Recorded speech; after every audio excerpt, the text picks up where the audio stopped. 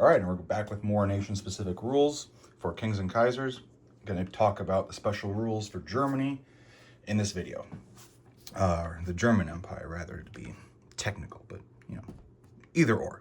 Anyway, okay, so first things first, if you're playing with expanded units, which I do recommend that you do, at least for Zeppelins and the Baron, if you're playing with expanding units, Germany is the only power that can buy Zeppelins. They're one of two powers that can buy railway guns, and they're one of two powers in the base game that can buy hero units. Germany can buy the Red Baron, they can buy railway guns, Zeppelins, and in association with Zeppelins, airship bases. Likewise, just to have a little comparison over here, France is the only other power that can buy railway guns. These are 3D printed HPG railway guns. This is an HPG Paris gun, also 3D printed. I had to paint these. A little bit of a pain in the butt to paint, but hey, whatever, it is what it is. This is a Red Baron. This little marker identifier is from HPG, and this 3D printed plane also from HPG. So for the hero units, the German Empire can buy the Red Baron, and for a little bit of comic relief and a bleak conflict, as I say, the British Empire can buy Snoopy. This is just a little Monopoly house, which HPG does sell these. I think in their like other section or something like that. But yeah, so just like it's like Snoopy's doghouse, and then I have an extra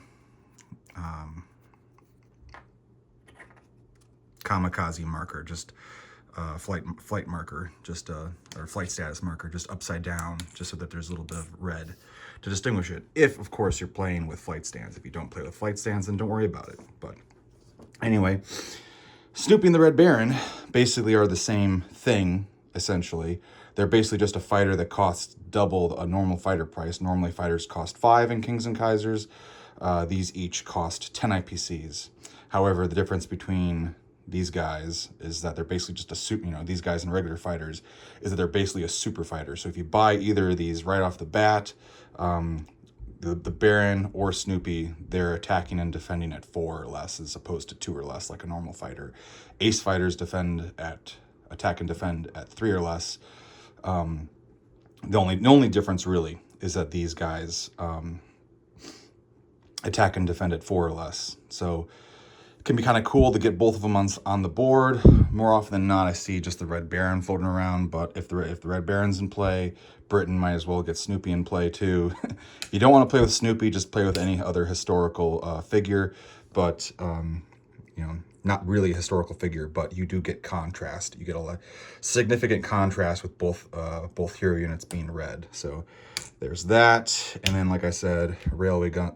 Germany and the French Republic can buy railway guns. As to how railway guns and Zeppelins work, I will get to that along with strategic bombing raids in another video.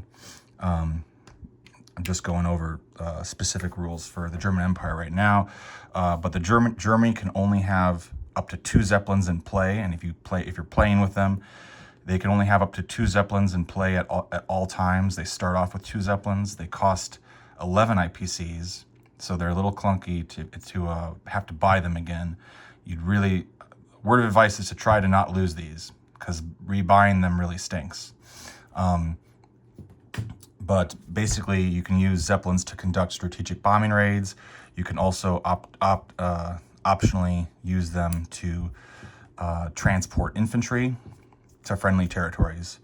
Again, I'll go more in depth with them in another video, but essentially they can carry either 2 bombs or 2 transports. They can move up to a total of 6 territories, 6 spaces of movement.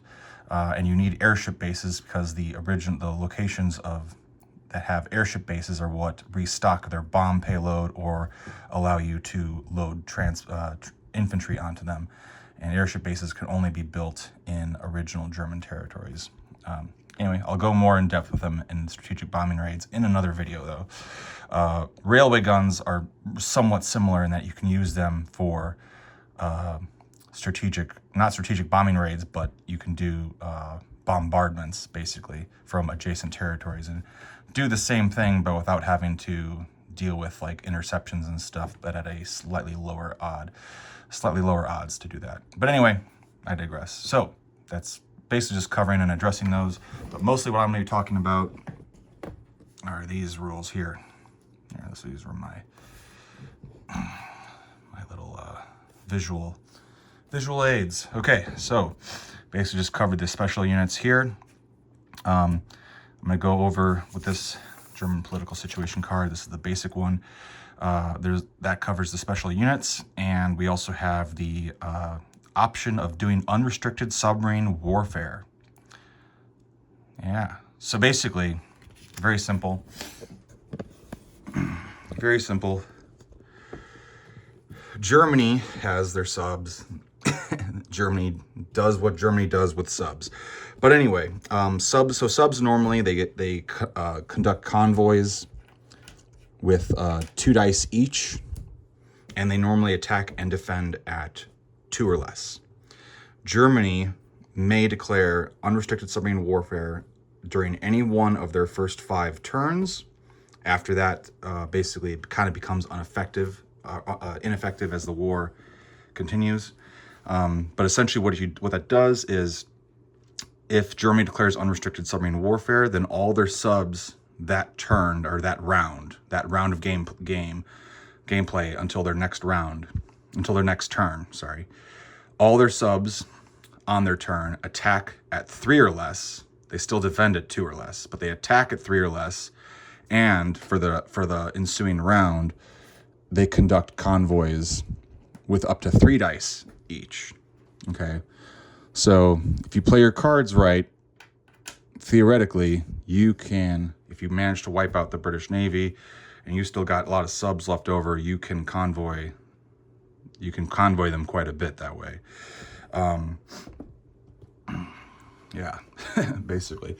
So this sea zone here, all the sea zones around Britain have convoys. This can convoy these 3 territories. This sea zone can convoy these 3 territories, and this sea zone can convoy those 3 territories. So if you have subs like in all of these territories, you can convoy Britain quite a bit. Anyway, yeah, so there's that. Now, if you do declare unrestricted submarine warfare and the United States is neutral, that does allow them to be able to declare war against the Central Powers on their turn. So you might want to, declare it round 5 if you have a chance to declare it or whatever. But you might as well declare it if you have some subs in play and you're going to use them before the U.S. comes into war and into the war. Now, the reason why we have the round 5 cutoff is because once the U.S. was at war, over the course of the game, over the course of the war, Germany did declare it like 3 times, and they kept like paying off the U.S. to like stay neutral and stuff. Reason why we only have it as a one-time thing is balance. First off, balance, because otherwise, if they can declare it 3 times, then Germany, and keep the U.S. out of the war in any mechanic, well, Germany's just going to do that each time, and it basically becomes overpowered. If you can, hit Britain 3 times, with unrestricted submarine warfare, it'll be a little overpowered, The other reason for why we have it only once, to simplify it. We're playing a game, simplify it. You can do it 1 time, and you only can do it until round 5 because, again, once the U.S. was at war, unrestricted submarine warfare kind of like historically kind of lost its effect, lost how, there wasn't you had even more allied stuff coming at them, and basically pushing the subs slowly but surely out of the Atlantic and making them less effective as time went on.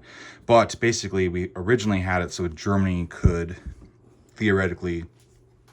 Originally, we had it so they had all game to declare unrestricted submarine warfare, and that was overpowered in a sense, in that more often than not, Germany would never declare it, and they would just keep it in their back pocket so that nobody would mess with their navy, or nobody would get too close to their navy, because they could do it at any point. So like the US would come all the way over here, and then Germany could declare it or not, and just push the American Navy south or something like that, right?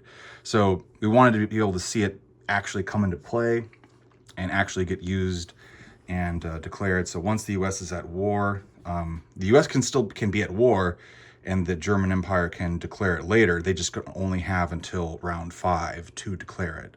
So you got to like time out your positioning with what you're going to use it for. Maybe not use it at all, like I said. Maybe keep it in your back pocket while you can, just to have the lingering threat of doing that, depending on positioning and so on and so forth. But that is unrestricted submarine warfare in a nutshell. If you are familiar with the original 1914, the original 1914 version of unrestricted submarine warfare is, I'll be honest, it's embarrassingly minimal and ineffective, and I could not, whenever I played out of box, I could never imagine it coming into play or understand how it would come into play enough to be effective. But essentially you'd have to have like submarines in any German submarines in like these, more or less, because we did change this a little bit, but in basically the sea zones that connect Britain to US, if they have subs there on their turns when they declare unrestricted submarine warfare, each sub would roll dice, and like if they roll the 1, then on Britain's turn, in any of those sea zones, Britain would lose $1. If they rolled a 2, they'd lose $2, and same thing with the US. But anything greater than that, it's like nothing. So yeah, it's just like not even worthwhile. I'll be honest. I never had a game of 1914 where anybody declared it. It was just gross, in my opinion, just grossly simplistic. Okay. Anyway, enough of that. That's out of the way. Okay, so we got the Zimmermann telegram. All right, this is the doozy rule, so to speak. So not really a doozy rule. There's just a bit to go over with. So basically, just kind of focusing on the card here. Let's see. Okay. Basically, the Zimmermann telegram. We're all familiar with the Zimmermann telegram. At least most of us were. That was one of the final catalysts that brought the United States into the war, as they found that the Zimmermann telegram to Mexico leaked. Basically, Germany sent a telegram to Mexico, which was very pro-German at the time. They were pro-German. But Germany sent a telegram to Mexico, which Britain intercepted very easily, and then they shared with the U.S., basically stating that if the United States declares war on Germany, they asked Mexico to declare war on the United States, and then Germany would back up them reclaiming territory and stuff like that, right? Mexico obviously didn't. They were going through a revolution, or not a revolution. Was it a revolution? Revolution? Mexican Revolution? Civil War? One of those, They were going through a thing. Right before that time period and kind of during it. So they did not do it. They did not join the war. But to bring it into play, to bring it in as a mechanic, what if they did? How would they do? What are the odds of them doing that? So this is, again, right here. This is the starting setup for the United States. Okay. All right. For the most part. Okay. We have this card here. Focus, come on. All right. So, if the United States is neutral, the German Empire may purchase a Zimmermann telegram to possibly align Mexico during rounds 2 through 5. So, they cannot do it on round 1, because round 1, the war is still unfolding. So, they can't do it on round 1, but they can do it in rounds 2 through 5. Okay? And they can only do it while the United States is neutral. Okay? Let's see. Rounds 2 through 5. This allows the United States to declare war against the Central Powers. So basically, if the Zimmermann telegram gets sent, the United States may choose then to declare war on their turn. On the United States' turn, the United States can choose to declare war against them. If the United States declares war against Central Powers, then a die is rolled at the end of their turn, of the United States' turn, to determine the telegram's success. If successful, both territories of Mexico are aligned to Germany, and a military base is added to southern Mexico. The success rate of the Zimmermann telegram is determined by the number of U.S. units in southwest United States. Here, let me get this here a little bit so I'm not shaking as much. Sorry about that. Okay. So you got a little graph down here. What's dark is successful. What's light is not successful, right? Basically, at the end of... So if Germany, say round three, Germany decides to send the Zimmermann telegram, okay? On U.S.'s turn, round 4, U.S. declares war against the United States. And to send the Zimmermann telegram, backing up, to send the Zimmermann telegram, this is kind of what I used to put on top of a build plate for purchases, just a little Mexican roundel. If I'm going to buy the telegram, that's what I do. So to send the Zimmermann telegram costs 10 IPCs. Germany does that during their purchase new units phase. Okay. And then the United States declares war. Okay. Now we find out after they've declared war if it's successful. So it's like 3 turns, right? So I'm also going to go into this a little bit more with the United States' turn because, my rule video for the United States, because it's obviously tied in with them as well. But anyway, on the United States player's turn, if they declare war, and let's say they have this many units, let's say they have this many units in let's say they screwed around a little bit and there's stuff outside. Okay, they have this, and let's say they lost another guy because they came down and invaded Venezuela. Because the United States can do an invasion or two. Or, the United States can muck around in Latin America to an extent while they're neutral, right? So let's say these units got killed in the process of it, and in the border of northern Mexico and southwest United States, Central America does not matter. But let's just say this is what's here. So you have 1, 2, 3, 4, 5, 6, 7, 8, 9, 10, 11, 12, 13, 14 units. Okay, that's a good example. So if the United States has 20 or more U.S. units, oh wow, that's backwards. 20 or more U.S. units on, it's a little bit of a typo there. Never caught that before. Anyway, 20 or more U.S. units, rounds, that means if they have 20 or more units there, that means the telegram is only successful on a roll of 1 or 2. If they have 10 to 19 units, which I have 14 units there, then it's successful on a roll of 1 through 3. And if there's 0 to 9 U.S. units, then it's successful on a roll of 4. So right now we have 14 units. I'm the United States, like say theoretically, I'm the United States player.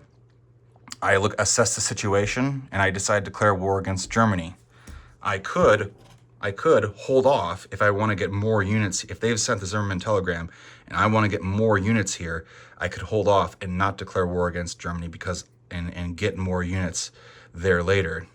Let's say I bought some more stuff or whatever, and I can get myself to 20 or more units. To increase my chances of preventing the Zimmermann telegram. I could do that if I wanted to, but let's say I don't want to do that. Let's say I just want to get into the action now and take my chances, okay?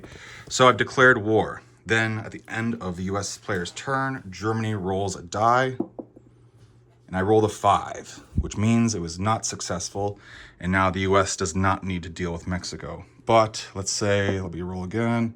Okay, that time I rolled a 2.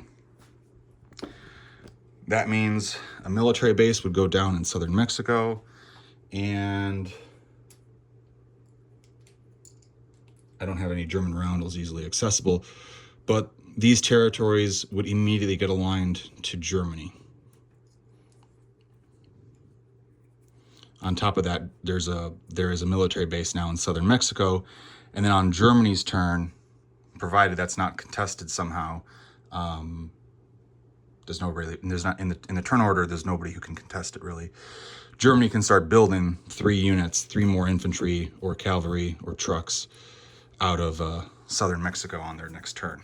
So that stinks. Now, you might be asking, why would the U.S. not just invade southern Mexico or Mexico in general beforehand and bi-script the whole thing? Well, if they do that, it's very similar to the Mongolian rule of BBR and 1940 global. If they invade Mexico while they're neutral, or post neutrality, if they invade Mexico, Chile gets aligned. Chile is also German aligned. So if you invade Mexico, this gets aligned to Germany too, and you get another artillery and 5 more infantry, along with 3 more IPCs that Germany can collect. You can only convoy it in C-Zone 10. You can't convoy it in either of these C-zones. So you have to get a C unit down here to convoy them. So anyway, basically, by doing that, you're making more work for yourself. So yeah, if you invade southern Mexico or northern Mexico, if you invade either Mexican territories that if the U.S. does, or an allied power, then they have to deal with Chile as well. And if they don't deal with Chile as well, then that pads Germany's empire point and stuff. So basically, how much of a detour do you want to make for yourself as the U.S. player? And I'll get into this again on the U.S. player's turn, or the video for the United States special rules and whatnot. But anyway, that's the nuts and bolts of it. Okay. That is basically the Zimmerman telegram and how that works. So it can sting when it doesn't work out for you. It can be awesome when it doesn't work out for Germany if you're the U.S. player. But basically, it's kind of like a test your luck. Do you want to have it? Do you want to try and align Mexico, test your luck, so on and so forth, be a distraction? Granted, it allows the U.S. to invade Mexico. It definitely allows, basically encourages them to do that, but it also ties up units, kills U.S. units, and so on and so forth. Even though U.S. can gain money from taking it over, they also do have to take it over and get tied up there, as opposed to coming over this way. So if the Zimmerman telegram is successful and you're the German player, it's pretty cool. If it's not successful, it stings, but you want to try your luck. Again, you also may be slowing down the U.S. player if they decide to hold off, because they would rather improve their chances with the telegram's success rate and stuff, right? So yeah, fun stuff. Let's see, I'm trying to remember what goes where. Okay, I think it's this.